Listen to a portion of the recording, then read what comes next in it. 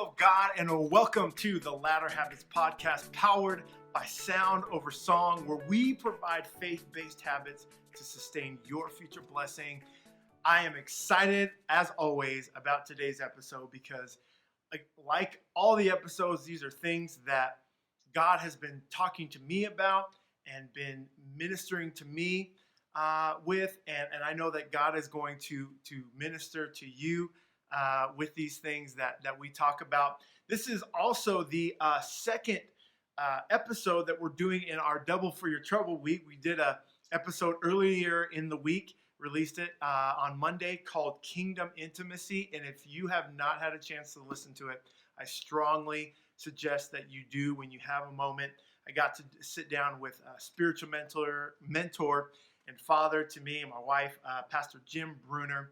And it was just such a sweet time of discussion and just the presence of the Lord being in the midst of our conversation. So I encourage you to go check that episode out when you get a moment. But today's episode is called The Power of a Thank You. And so we are going to get into it right now. We're going to first start in Luke chapter 17 in verse 11. And it says, on the way to Jerusalem, Jesus, he was passing along between Samaria and Galilee. And as he entered a village, he was met by 10 lepers who stood at a distance and lifted up their voices, saying, Jesus, Master, have mercy on us. When he saw them, he said to them, go and show yourselves to the priest. And as they went, they were cleansed. Now, I want to take a pause for just a moment and share just a little extra morsel with you. Jesus said, go and show yourselves to the priest. And it says, as they went, they were cleansed. And so the reality that we have to see here in just this little part is that sometimes our healing, sometimes our provision is attached to us either A, submitting to someone or something, and following directions. So that's just a side note. That's a little morsel for you. So take it and do with it what you will. So Jesus says, go and show yourselves to the priest. And as they went, they were cleansed. Then one of them, when he saw that he was healed, turned back, praising God with a loud voice, and he fell on his face at Jesus' feet, giving him thanks. Now he was a Samaritan. Then Jesus answered, were not 10 cleansed? Where are the 9? Was no one found to return and give praise to God except this foreigner? And he said to him, rise and go your way. Your faith has made you well. So what I want us to see but what I want us to pull mainly from this is that all 10 got healed. All of them got healed, but only one got something more. And the more, you say, okay, well, what's the more, Noah? It says all 10 got healed, like I just said. But then Jesus says at the end of verse 19, rise and go your way. Your faith has made you well. And so this one that came back to show gratitude, to give thanks to God, not only got healed, but it says he was made well. And so what, to me, that translates as, he wasn't just healed externally, but there was an internal healing that happened that allowed for this complete wellness to come about to this guy that came back to say thanks. And so we have to understand that his gratitude and gratitude to God, when we give gratitude to God, it releases something on our lives. For this guy, it released something into his life that the other 9 missed. The other 9, they all got healed. But this one that came back and gave gratitude and gave thanks, he not only was externally healed, but there was an internal healing and there was a wellness, complete wholeness that came to him. Now, I want to say we don't solely give gratitude or give thanks just to get something. This guy didn't come back to Jesus, saying, oh, well, I appreciate not having leprosy, but there's something more I want to get, so I'm going to go back. No, he didn't do that.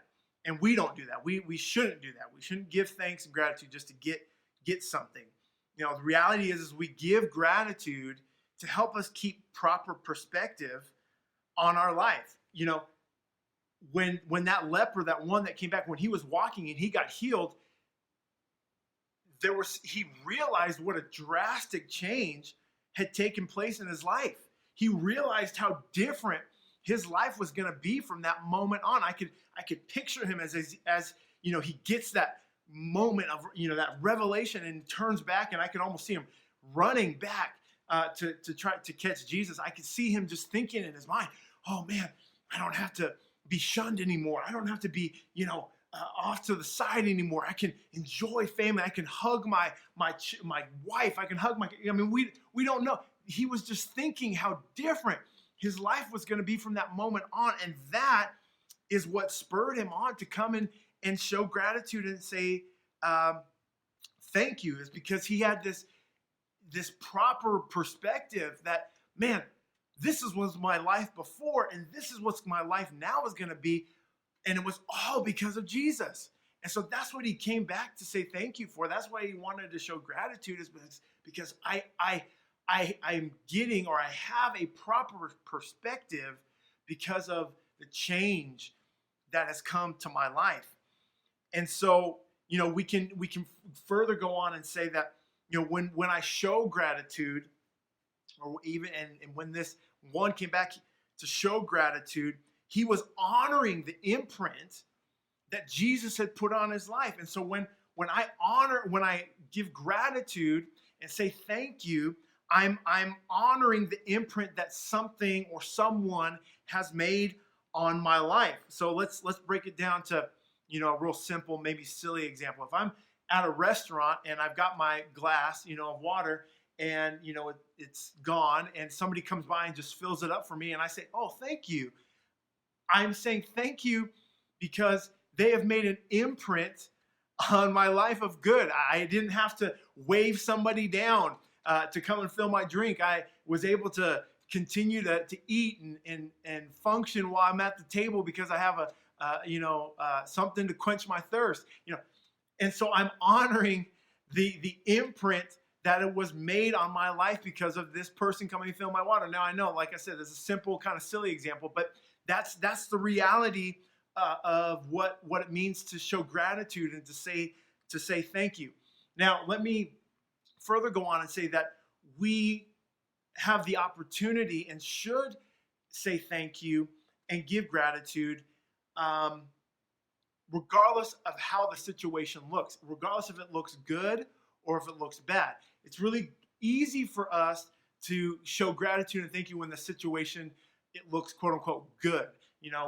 Moses, when God came and parted the Red Sea, and him and the Israelites went across, when they got to the other side, they gave praise and thanks to God. That was a good situation. When Daniel got thrown into the lion's den and the lions didn't devour him, and he came out showing thanks to God, that was a good situation. Meshach, and Abednego. Sorry, those names are confusing. No matter how long you know them. When those three get thrown into the fire and come out unsinged and clean, they were able to say thanks and give gratitude because that was a good situation. But our challenge is to thank God regardless of the situation, even if it looks quote unquote bad. So, example, Job, right? Job gets his family gets taken away, his cattle. I mean, everything gets stricken with disease and just horrible. And his wife even says to him, "Hey, throw the towel in, man. Just denounce God. Let's be done with this. This is horrible. We grieve. This is just bad." And Job says, "Naked I came from the womb, naked I will depart. The name of the Lord still to be praised." And so even in the midst of his quote unquote bad situation, he still gave thanks to God. He still honored God for the imprint, for the change that he was making in his life at that particular moment. David and Bathsheba, his situation, seeing her bathing and then pulling her over to the palace and sleeping with her and then putting her husband on the front line to have him killed. I mean, if you ever thought the Bible was boring, read the story of David and Bathsheba I'm telling you what, that can compete with any soap opera that's on TV or any primetime drama that's on TV today. But um, even in that bad situation, when Nathan comes and confronts David with what he did, and David repents, and I believe that through that situation, and even at towards the end of his life, um, David thanked God for all these hardships. David, him and Bathsheba, him and Saul. My goodness, we see it in Psalms where he'll say, oh, they're coming after me, and I'm vexed, and all this stuff going on. But God, you are worthy. You are excellent. He praises God. He thanks God. And he shows gratitude towards God for his life and for what's going on. And so we have to understand that gratitude and thanking specifically God for just the things that come in and out of our lives, regardless of how they look, it's important. It gives us proper perspective. It gives us an opportunity to really fully receive everything God would have for us in that moment. We can go through tough times, and it can be extremely challenging and extremely disheartening, some of the things we go through in life. But when we stop and we say, God, thank you. Thank you that you're with me in the midst of this. Thank you that I don't have to face this alone. Thank you that you're working all things together for my good. And we thank God. It gives us proper perspective. And then it further allows God to move and show us just his goodness and his faithfulness in the midst of that situation. And so, there's power in our thank you. There's power in our gratitude. Even boiling it down to, there's people in your life that have done you wrong or said things about you. And it's so easy, right? To just say, you know what, forget them. I'm never going to talk to them, and I'm going to, whatever. We have our attitude, we have our stance on it. But when we can put that aside and we can say, God, thank you for that person and what you allowed them or through them taught me, or what you showed me about myself. I've been in situations and people have said things or done things, and it's so quick for me to get just angry and upset. But then I take a step back and I say, God, you showed me, areas I need to work on, or whatever.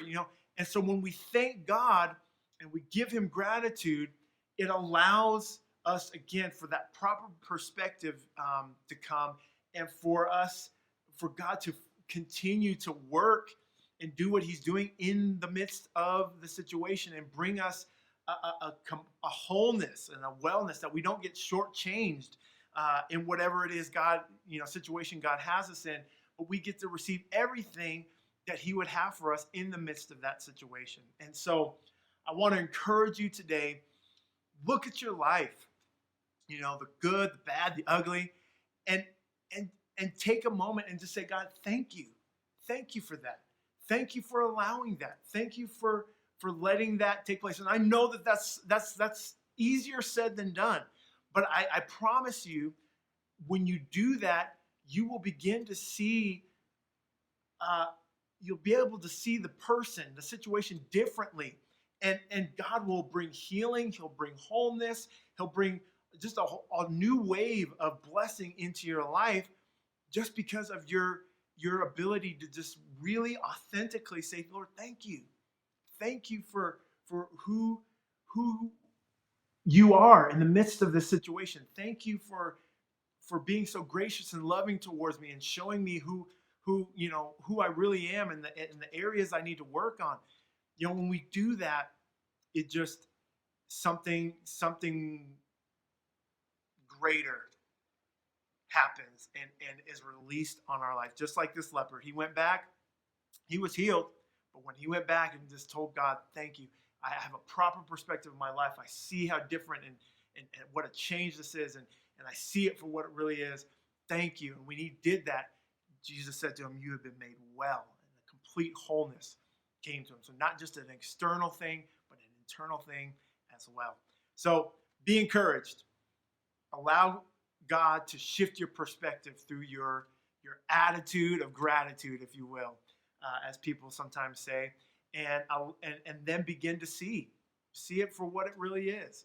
God is really, like the word says, he's working all things together for your good. And the way for you to see that is through your thanks and through your gratitude towards him and to the other people that he's placed in your life. Be blessed, be encouraged. You can check out all of the Ladder Habits social media here in the episode notes. Drop us a line. Let us know that you're listening. Let us know that you are appreciating what we're talking about. If there's a way that we can pray for you, let us know that. If there's something that you'd love for us to talk about here on Ladder Habits Podcast, let us know. We want to connect with you. This is not just about putting out another podcast, because there's tons of podcasts out there nowadays, but this is about connecting with you, other brothers and sisters, and just us together, seeing God grow us and shape us and mature us and do what he wants to do in our life. So be blessed, be encouraged, and we'll see you next time.